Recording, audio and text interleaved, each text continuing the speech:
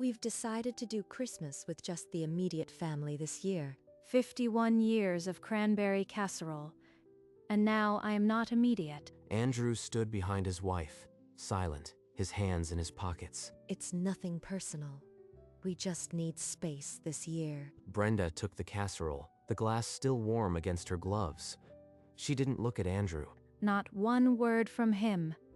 Not a single word. She walked back to the car, her heels crunching in the snow. The Christmas lights on the porch blinked behind her. She placed the casserole on the passenger seat as if it were a sleeping child. She'd made that dish every year since Andrew was 2. He'd never once missed it. Brenda pulled away from the curb, her jaw set, and did not look in the rearview mirror. She drove not toward her empty house, but to the downtown bank that kept its safe deposit room open on Christmas Eve for premium customers like her. Box 412. She'd held the key since 1971, the day she married. She parked and walked through the snow, swirling under the bank's bronze lanterns. She hadn't been inside that vault in 20 years, but she knew exactly what waited there. The night guard recognized her and led her through the marble lobby to the vault room. She inserted the long brass key into box 412, the lock turning with a soft click. Inside lay her grandmother's pearl earrings, her yellowed marriage certificate, and a sealed envelope. Her mother had placed that envelope there on her wedding day, with one instruction: open this only when you finally need it. Brenda lifted the envelope. The paper was crisp, the wax seal still unbroken after 54 years. She held her breath and turned it over in her hands. Brenda broke the seal with her thumbnail. The snap echoing in the silent vault inside lay a single sheet of heavy paper, a deed, typed and notarized, dated 1969. Lincoln County, Maine. Sole owner, Brenda Callahan. Her mother had bought a cottage in her name, paid in cash. Attached was a handwritten letter, the ink faint, but the penmanship unmistakably her mother's. The letter closed with a line that seemed to reach across decades. Every woman needs a place that is only hers. Merry Christmas, my girl. Open this only when you finally need it. She'd never felt she needed it until tonight. She saw her mother's face again, that June afternoon in 1971, when Margaret pressed the envelope into her hands at the wedding reception. Keep it in the box, sweetheart. Someday you'll understand. 54 years.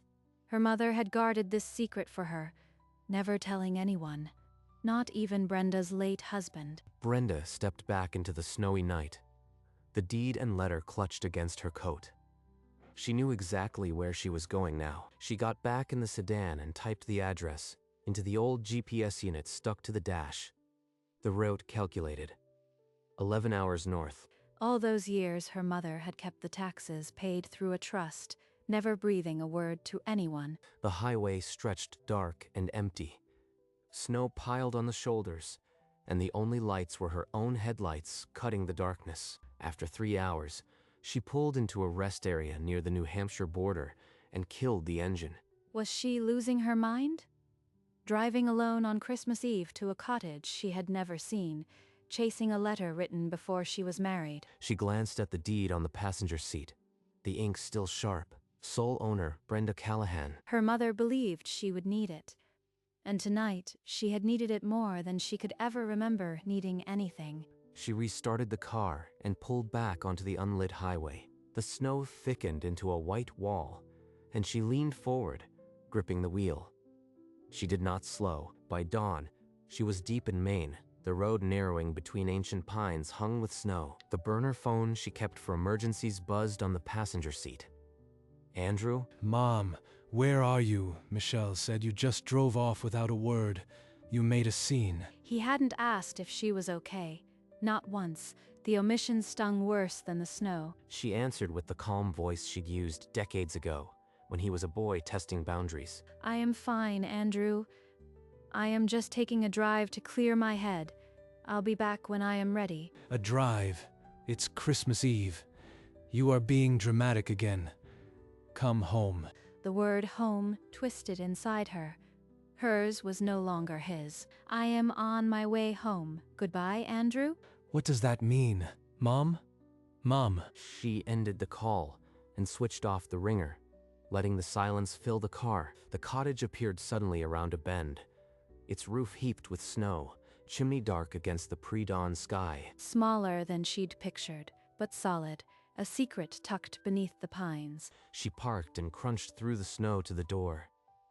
Kneeling, she lifted the flat stone her mother's letter had described. Underneath lay a simple brass key, cold and waiting. The lock turned easily, as if it had been oiled just last week. She pushed open the door and stepped into the darkness. She fumbled for a light switch and flicked it. Nothing. Of course. The electricity had been off for years, but the cottage was dry, the windows intact. The air smelled of cedar and old wool, every surface coated in thin dust. She stood in the small front room, her breath misting, and listened to the silence. She didn't feel alone anymore. She found a box of old kitchen matches beside the stove and lit the kindling. The fire caught on the second try. The small room began to warm, and the smell of burning pine filled the air. She had meant to cook the cranberry casserole for her son tonight. Instead, she was boiling water on a cast-iron stove in a house her mother had hidden from everyone. She unpacked a tin of loose-leaf tea from her bag and set it beside a chipped ceramic mug she found in the cupboard. While the water heated, she sat in the wooden rocker by the stove and unfolded her mother's letter yet again. She read the full letter aloud, her voice thin in the quiet. "My darling girl, I bought this cottage the year you turned 20, because I saw in you the same hunger for a room of your own that I carried my whole life." Her mother had known the grief of being pushed aside by a son's new wife, long before Brenda ever married. On the mantel sat a tarnished silver frame holding a photograph of Margaret, smiling in a floral dress, taken long before she was anyone's widow. She finally needed it. And the letter was waiting, exactly as promised. Outside the window, the sun broke over the frozen lake, and for the first time in years, Christmas morning felt like it belonged to her. Behind the kindling in the cupboard, she found a small drawer she hadn't noticed before. Inside, under a lace doily, sat a second cream envelope, unsealed. Another letter. Her mother had hidden more than one secret here. She read it, by the fire, the paper thinner, the ink fainter. The first line, "My Brenda, if you are reading this, you have been hurt, like I was, by a son who chose his wife's comfort over his mother's place." Her mother's estrangement from her own son. Brenda had never known the full story. The letter continued. "I bought this cottage after he told me I was no longer welcome. I swore no woman in our family would be left without a door that was only hers." And then the closing, stark and direct. "Be the first to choose yourself." Brenda folded the letter and looked out at the frozen lake. She would not tell Andrew where she was. Not yet. Maybe not ever. The burner phone rattled on the wooden table, an unfamiliar number.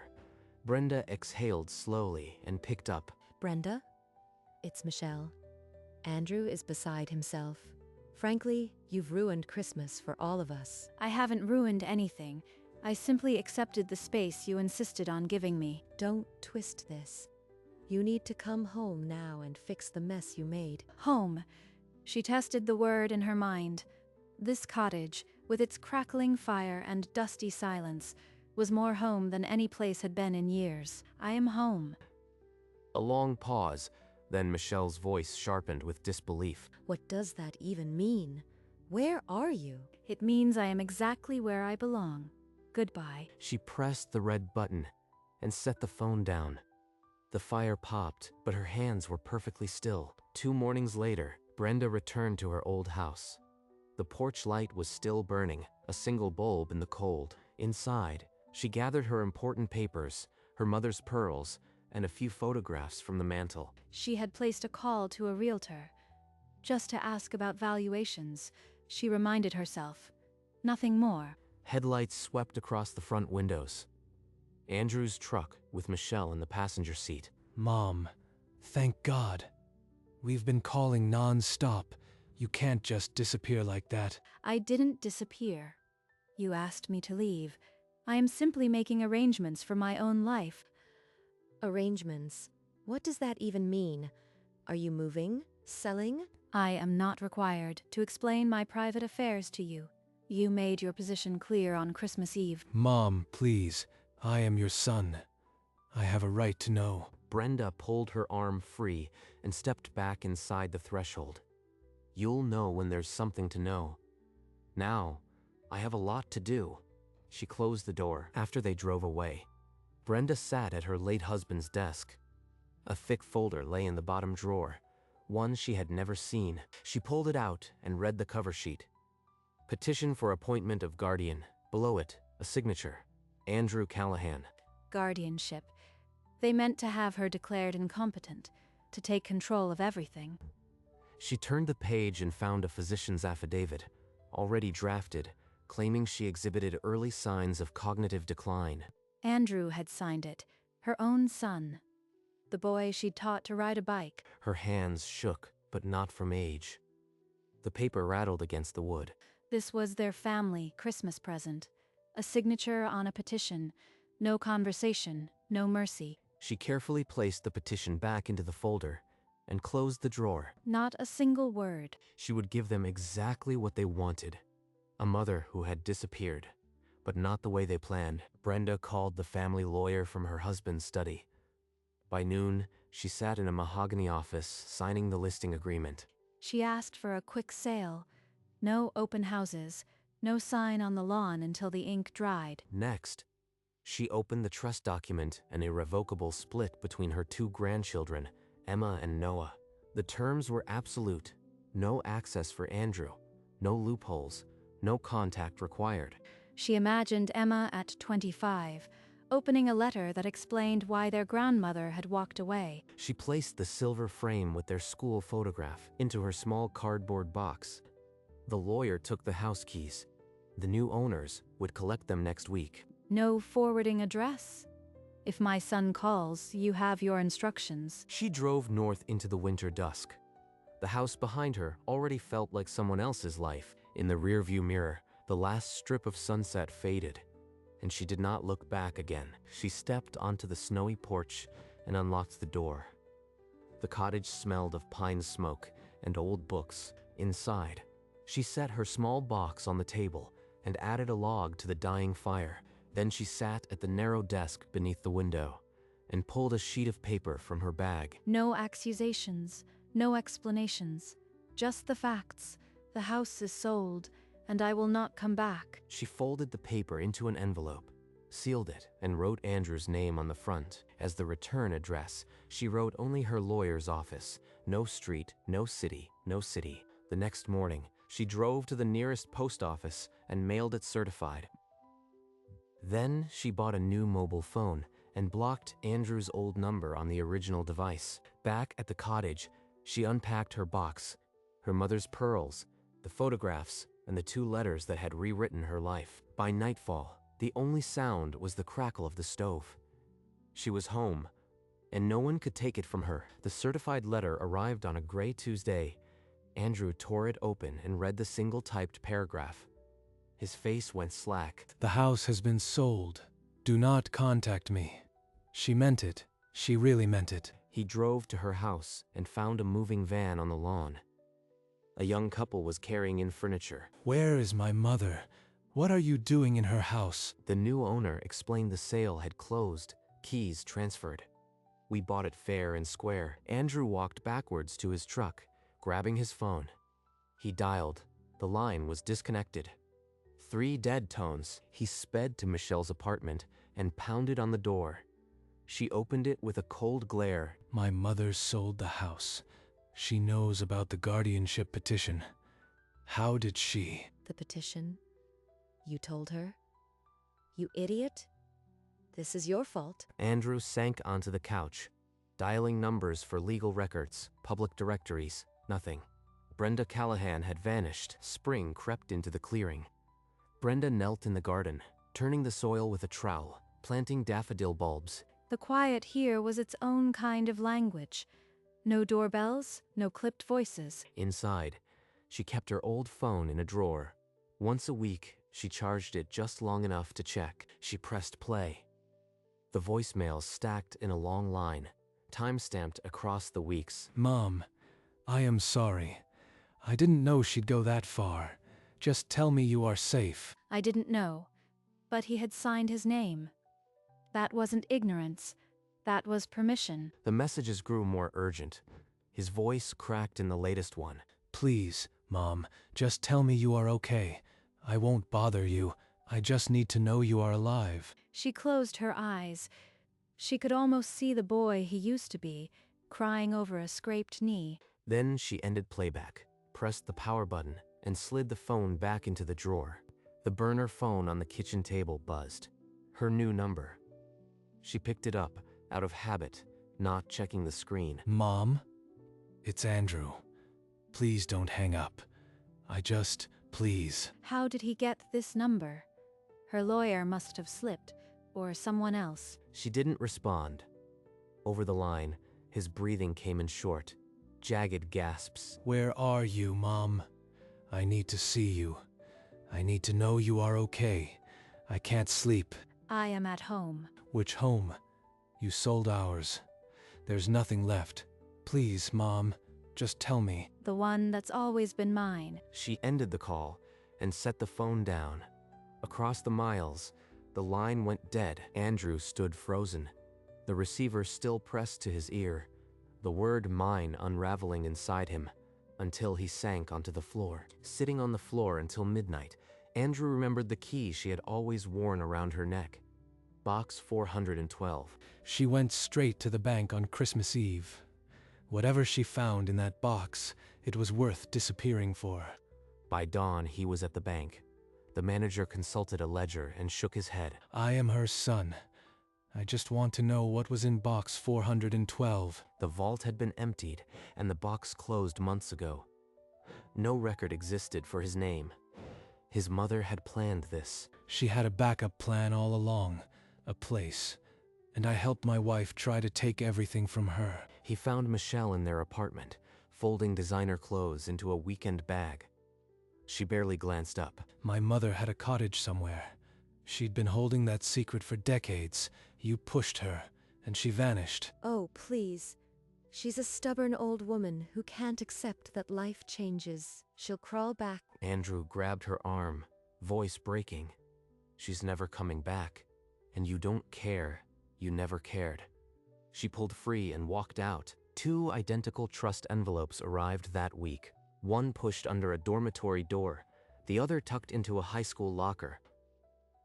Emma Callahan tore hers open, expecting a student loan update, and found a handwritten note.